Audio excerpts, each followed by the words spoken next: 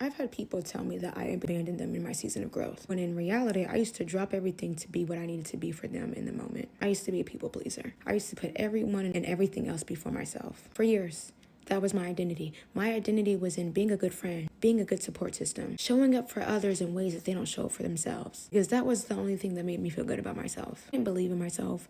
I didn't have faith in myself. I didn't think that I was worth anything. So instead, I overly invested into other people and helping them grow and succeed and evolve. At the time when I was young, it did what it needed to do. It made me feel better, and it was the easiest thing to do than doing my own work. Not only was I giving all of my time and energy to other people and not myself, but they didn't even appreciate it. They didn't even value it. They didn't see how I was bending over backwards to show up for them. And not that they needed to, but they didn't become any better because of it. I was just there as a crutch for them. As somebody who would tolerate their behavior and not require them to change, and took it upon myself to believe that if they didn't do better, there was something wrong that I was doing. If they didn't listen to the things that I was trying to do to help them, that there was something wrong with me. And as I got older, I realized I was really angry about that. I had given them my heart, my soul, all of my time, all of my energy, and they were the same. And when I finally started to take that energy, take that time, and pour into me, everybody started to get offended. Let's rock. Okay, let's go. If you don't have a lot of friends, you're most likely definitely going to become rich and successful. The people that have the most friends are literally the brokest and most miserable people. The people that literally need to seek validation 24/7. The people that allow just anybody into their life around them, around their kids, around their family. Like, they just are scared of being alone. The richest people I know, the wealthiest people I know, the people that are driving Ferraris, Lamborghinis, Rolexes, these people barely have any friends. Do we have a lot? Okay, let me. I put on the glasses because I'm getting in the zone, right? I don't feel like my eyes are. Whew. But yo, check this out, man. So I threw him up here, and I know he posing with his watch. All power to him. I ain't hating on him with that. I'm gonna rock with what he got right there because I believe the substance, the context of what he's saying is so powerful. He's right. I do see, and I've seen this in real estate more and more, and I see it even more now. The more you are in controlling your relationships, the more you're better in controlling your relationships and keeping certain people out of your circle and keeping the right people in your circle. You know, the people that God kind of draws you to and you draw to, and there's that connection. Keeping those people in your circle will help you. Well, keeping the wrong people out of your circle will help you navigate certain situations a whole lot better. A whole lot better. And I give you a point. Relationships, even in Atlanta, need to be dealt with from a standpoint of, I'm bringing value. Do I really need these people around me when I'm bringing this value? Okay.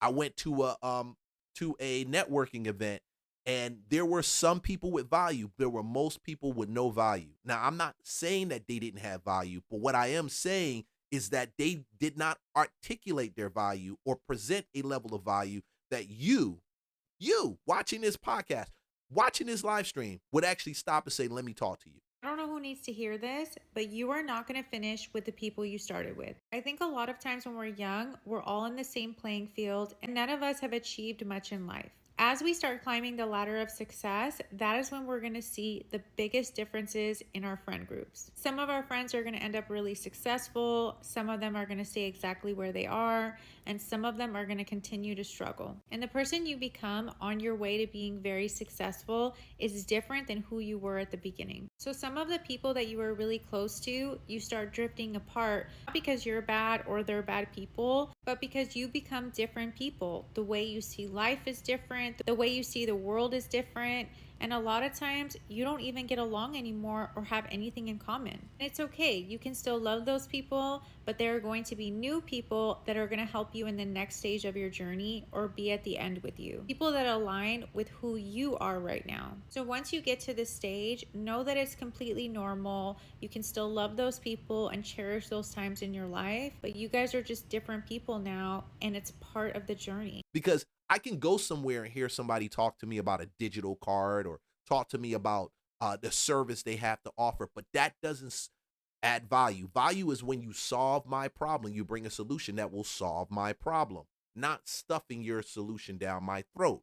That's not solving the problem. That's not adding value. But at the same time, and at the same time, I know that the amount of people that's in your circle, whether you're in Cali, whether you're in New York, drop a low too. Where you from? You in Cali, you New York, Texas, Florida. I don't care if you're in the Midwest, say where you're from, drop it in the chat, leave a comment. It doesn't matter. But wherever you are from, wherever you chilling at right now, wherever you hailing from, the reality of it is you got more people in your life than you really need to have in your life. And for that reason, you can find a lot of your successes will slow down because you got people hating on you that you don't even know hate on you. It happens so much in real estate. And people say it, people don't want to recognize it, but our lives change and adjust and we go different directions because of the way we're influenced by those people that are in our lives. So you got to watch your influence and watch it even more while we're in this season right now, when there's so much shifting that's going on. Some people aren't really where you want to be. And then they still give you advice. You still allow them to speak into your life. And I get it.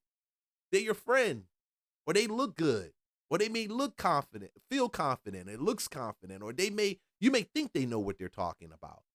But you ask them specific questions. Have you done this before? They've never done it before. Never at all. Watch who you have speaking into your life in this season. Acquaintances and people that we do business with, of course, but friends, hanging out on a Sunday night, cracking open a cold one, hanging out, driving cars with the sunset.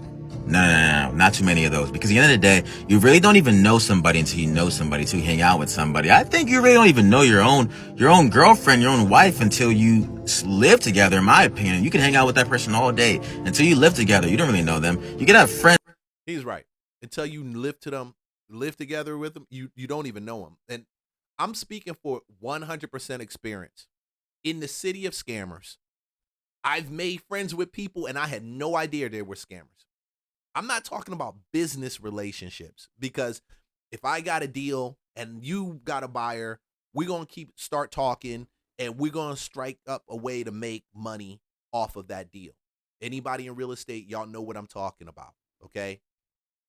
But when we get past that and we go into the personal portion where you take some of those relationships into your inner most holy of holies, you got to stop it. You got to stop it. And more importantly, when you rocking and you rolling and doing what you do, you need to not entertain the friends that don't add on to what you actually do.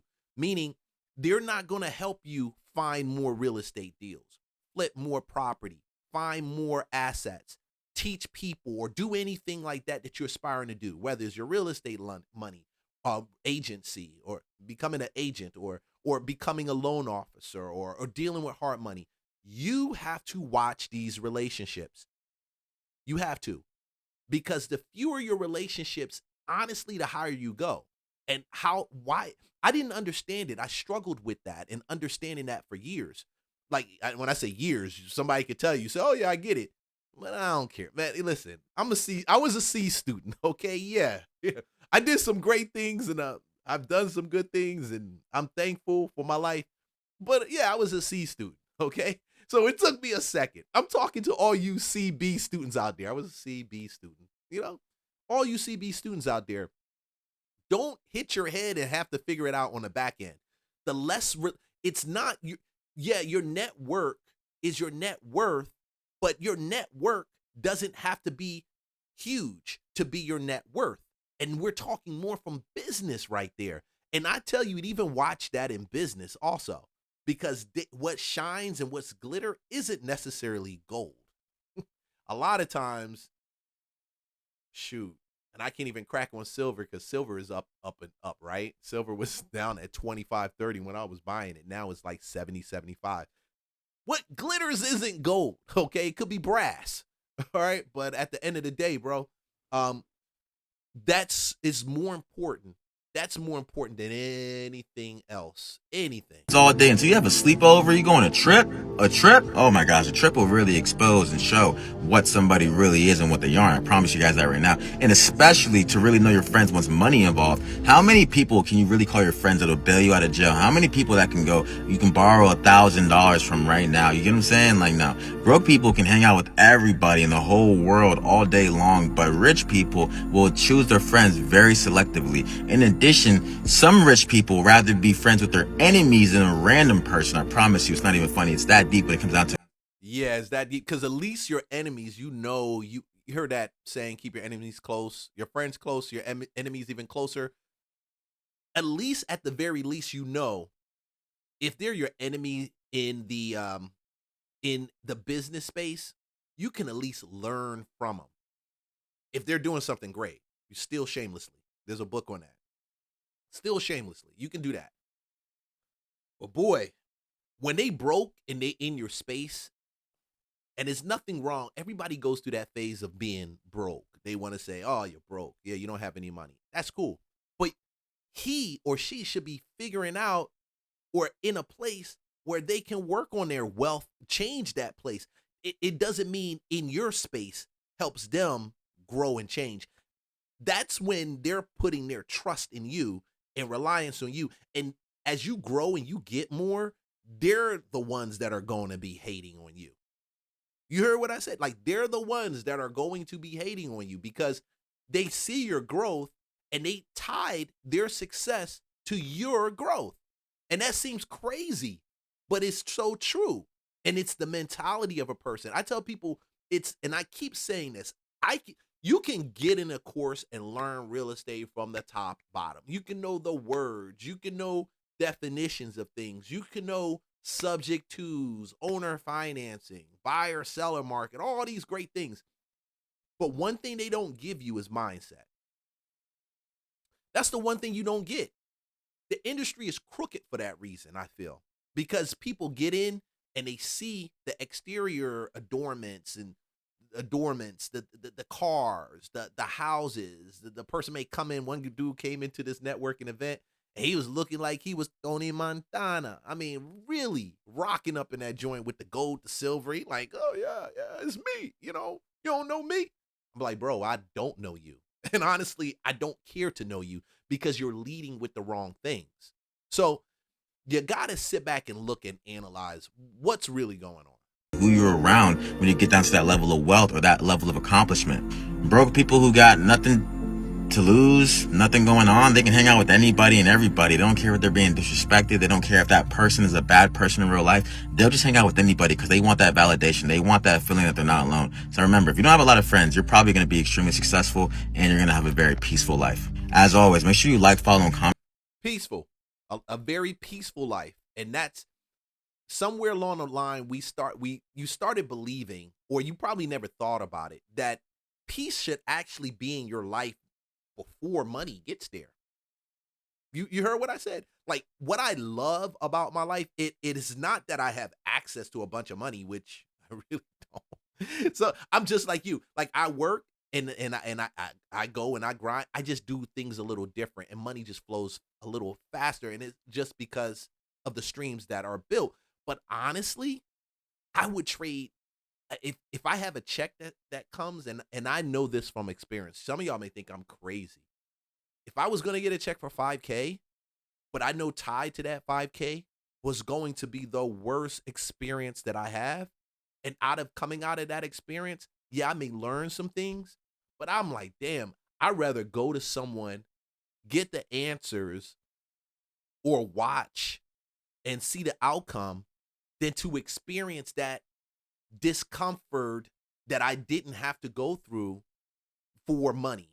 That discomfort is a robbing of my peace.